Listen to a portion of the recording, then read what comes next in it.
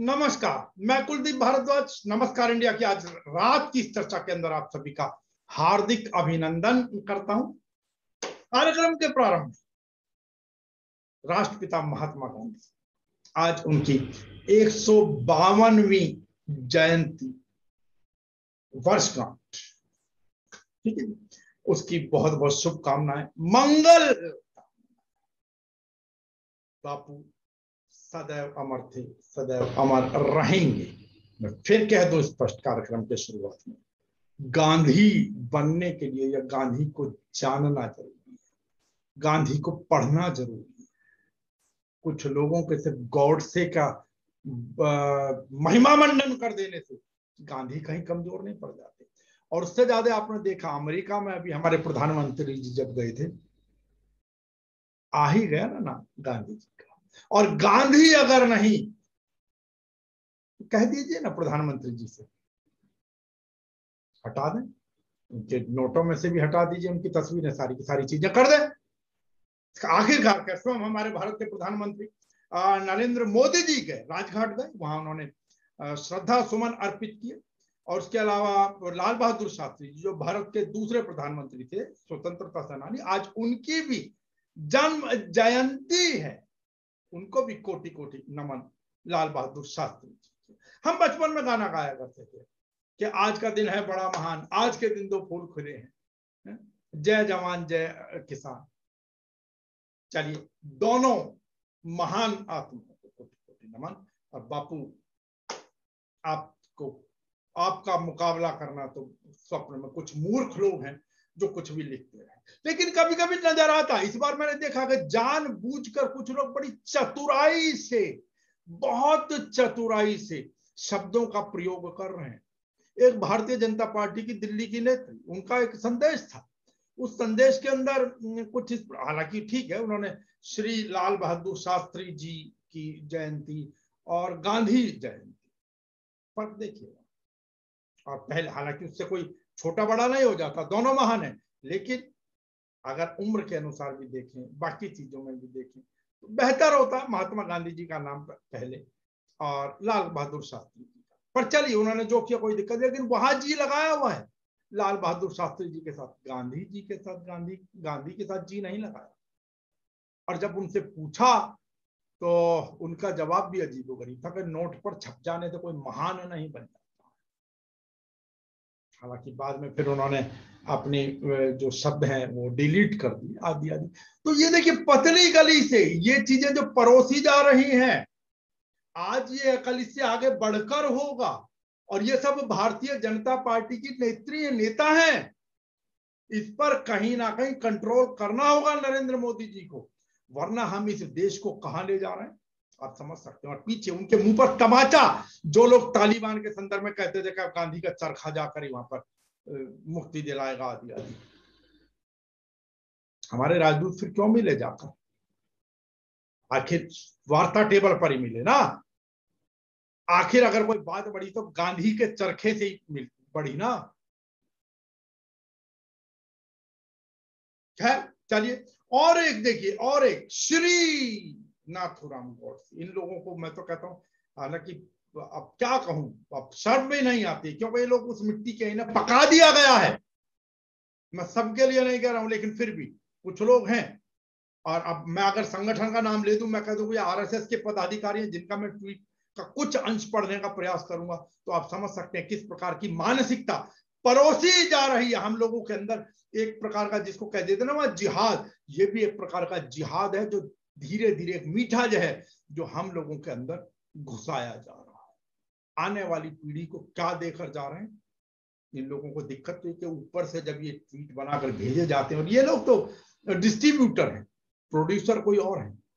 चलिए, श्री नाथूराम गौडसे जी की पिस्तौल और एमडीसी गांधी, अब देख लीजिएगा, एमडीसी गांधी के चरखे की नीलामी करवाकर देख लो, गांधी की औकात का पता चल जाएगा। और उससे आगे बहुत घटिया शब्द है, मैं उन शब्दों को नहीं पढ़ूंगा, गोली ना उतारी होती, आदि आदि जो कुछ भी है। इसका मतलब आप खुद सोच लीजिए, अगर यही बात, इन्हीं की बात, वैसे तो इनके अंदर अगर हिम्मत हो तो खाली बोली लगवा लीजिए, खुली चुनौती है अमेरिका से और ऑस्ट्रेलिया न्यूजीलैंड तक। कीमत गांधी के चरखे की ही होगी, गौर कर लीजिए।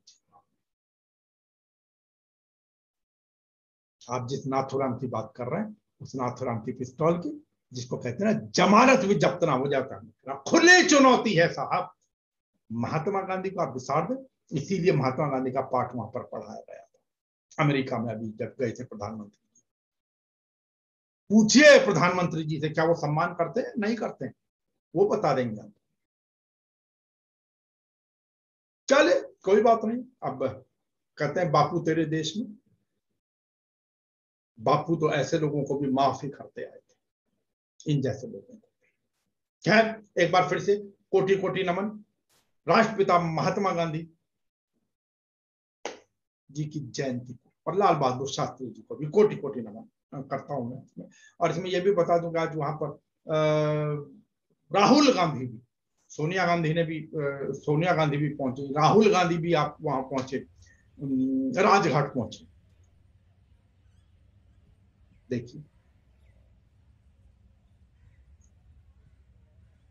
चलिए अब इससे आगे आपको मालूम है कि पीछे एक महंत परमहंस जी ने एक घोषणा की थी कुछ दिन पहले कि अगर 2 अक्टूबर तक भारत को हिंदू राष्ट्र घोषित नहीं किया गया, अगर 2 अक्टूबर तक ईसाइयों की और मुस्लिमों की नागरिकता समाप्त नहीं की गई, मतलब उन्होंने मांग की थी कि इनकी नागरिकता समाप्त कर दी जाए, और अगर 2 अक्टूबर तक भारत को हिंदू राष्ट्र घोषित नहीं किया गया तो मैं सरयू नदी के अंदर समाधि ले लूंगा, जल समाधि ले लूंगा, अर्थात अपने प्राण त्याग दूंगा नदी के अंदर डूब कर। लेकिन आज ऐसा कुछ हो नहीं पाया। उनके, वो कहते हैं ना कि दिल के अरमा आंसुओं में बह गए। तो महंत साहब के, जो महंत परमहंस जी थे, उनके अरमान आज पूरे नहीं हो पाए, क्योंकि हालांकि उनके घर के बाहर बड़ी भीड़ जुटी, जय श्री राम आदि आदि दुनिया भर के नारे लगाए गए, लेकिन क्योंकि शासन प्रशासन का पहरा था, उनके घर के बाद भयंकर पुलिस जुट गई थी, उनको निकलने नहीं दिया। हाउस अरेस्ट एक तरीके का कहा जा सकता है, या नजरबंद कहा जा सकता है, इस तरीके से नजरबंद कर दिया गया। यद्यपि वो अपने घर के अंदर हवन करते भी नजर आए। उन्होंने कहा था कि भाई मैंने तो वहां से सरयू का जल मंगा लिया है, और आदि आदि जो भी उनके शब्द हैं। लेकिन अब उसके बाद उन्होंने एक शब्द की, जब उनको नहीं निकलने दिया गया सरकार के द्वारा, तो महंत परमहंस जी ने घोषणा की है कि चाहे तो सरकार मुझे 1 वर्ष तक नजरबंद रखे, मैं बाहर निकलते ही जल समाधि लूं। 2021 2 अक्टूबर दोपहर 12 बजे को सरयू जी में जल समाधि ले लूंगा। हमने president, prime minister, home minister, chief minister को पहले लेटर भेज के अवगत कराया था कि भारत को हिंदू राष्ट्र घोषित किया जाए, नहीं देश का पार्टीशन फिर होने जा रहा है। और आज मुझे जो नजरबंद किया गया है, जब मुझे छोड़ा जाएगा, ये लोग चाहे 1 साल बाद छोड़ेंगे, उसी समय हमारे लिए वही 2 अक्टूबर होगा, और सरयू जी में मैं जल समाधि उसी समय लूंगा। जय श्री राम। बोलो, जब इन्होंने जिद लेकर ही ली है तो ठीक है, इनकी माया ये जाने। अब आज और कुछ विशेष चर्चा नहीं। हालांकि आपको पता है कि एसआईटी की टीम कानपुर से आज गोरखपुर पहुंची, और जिस होटल के अंदर मनीष गुप्ता की हत्या की गई थी, जहां पर वो रुके हुए थे, वहां पर उन्होंने जांच पड़ताल की है, जांच की है उसके अंदर। अब देखते हैं आगे आगे परिणाम क्या निकलता। लेकिन वही बात है कि जब बड़े बड़े पुलिस के अधिकारी इस प्रकार का दबाव बनाए कि सारी जिंदगी कोर्ट कचहरी हो जाएगी, उनके परिवार बर्बाद हो जाएंगे उन पुलिस वालों को, तो आप खुद सोच सकते हैं कि इसके अंदर न्याय, मतलब जांच रिपोर्ट जो दाखिल होगी वो कितनी तर्क संगत होगी, उसमें कितना न्याय किया गया होगा, ये तो आने वाला समय बताएगा। लेकिन फिलहाल तो शक की दृष्टि कहीं ना कहीं घूमती है। और एक और, हालांकि नवजोत सिंह सिद्धू ने घोषणा की है कि मैं किसी पद पर रहूं या ना रहूं कांग्रेस में, लेकिन मैं राहुल गांधी और प्रियंका गांधी के साथ सदैव रहूंगा। और वहीं पर जो रणजीत सिंह सुरजेवाला साहब हैं, उन्होंने कहा है कि भाई सोनिया गांधी ने अमरिंदर सिंह जी को नहीं निकाला, बल्कि 78 विधायकों ने मांग की थी मुख्यमंत्री बदलने की, वो मुख्यमंत्री के विरुद्ध थे। लेकिन कैप्टन साहब का जवाब ये आया है उसके बाद में कि नहीं, ये सबको तो जो भड़का है, जो भी करतूत है, वो नवजोत सिंह सिद्धू। अब देखते हैं राजनीतिक लड़ाई आपस में आखिर में कहां तक जाकर ठहरती है और कहां नहीं। लेकिन कुछ भी कह लीजिए, आज बेशक सिद्धू साहब को कांग्रेस के अंदर रोक लिया गया या रोक गए, लेकिन लगता नहीं है कि वो कांग्रेस के लिए लाभप्रद सिद्ध होंगे। कोई बड़ी बात नहीं है कि जब पंजाब के अंदर चुनाव आएंगे तो चुनावों के दौरान में नवजोत सिंह सिद्धू फिर कोई बखेड़ा खड़ा ना कर दे और वो फिर से कांग्रेस के लिए अत्यंत नुकसानदायक चीज। समय बताएगा। चलते चलते आपकी नजर एक वीडियो जो कि सोशल मीडिया पर वायरल है, दिल्ली के जो सिविल डिफेंस कर्मी हैं केजरीवाल साहब के, वो अपना मगन है नाचने के अंदर फिलहाल।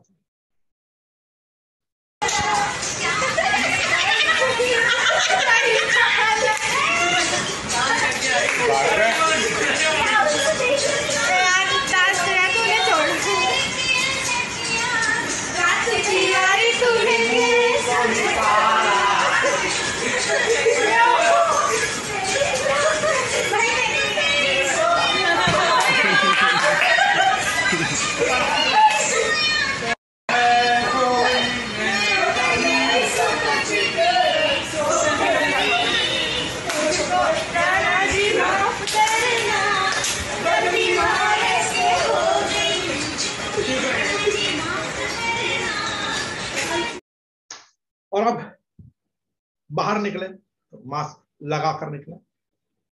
अब आपसे मुलाकात सोमवार को, तब तक स्वस्थ रहें, अपने स्वास्थ्य का ध्यान। नमस्कार।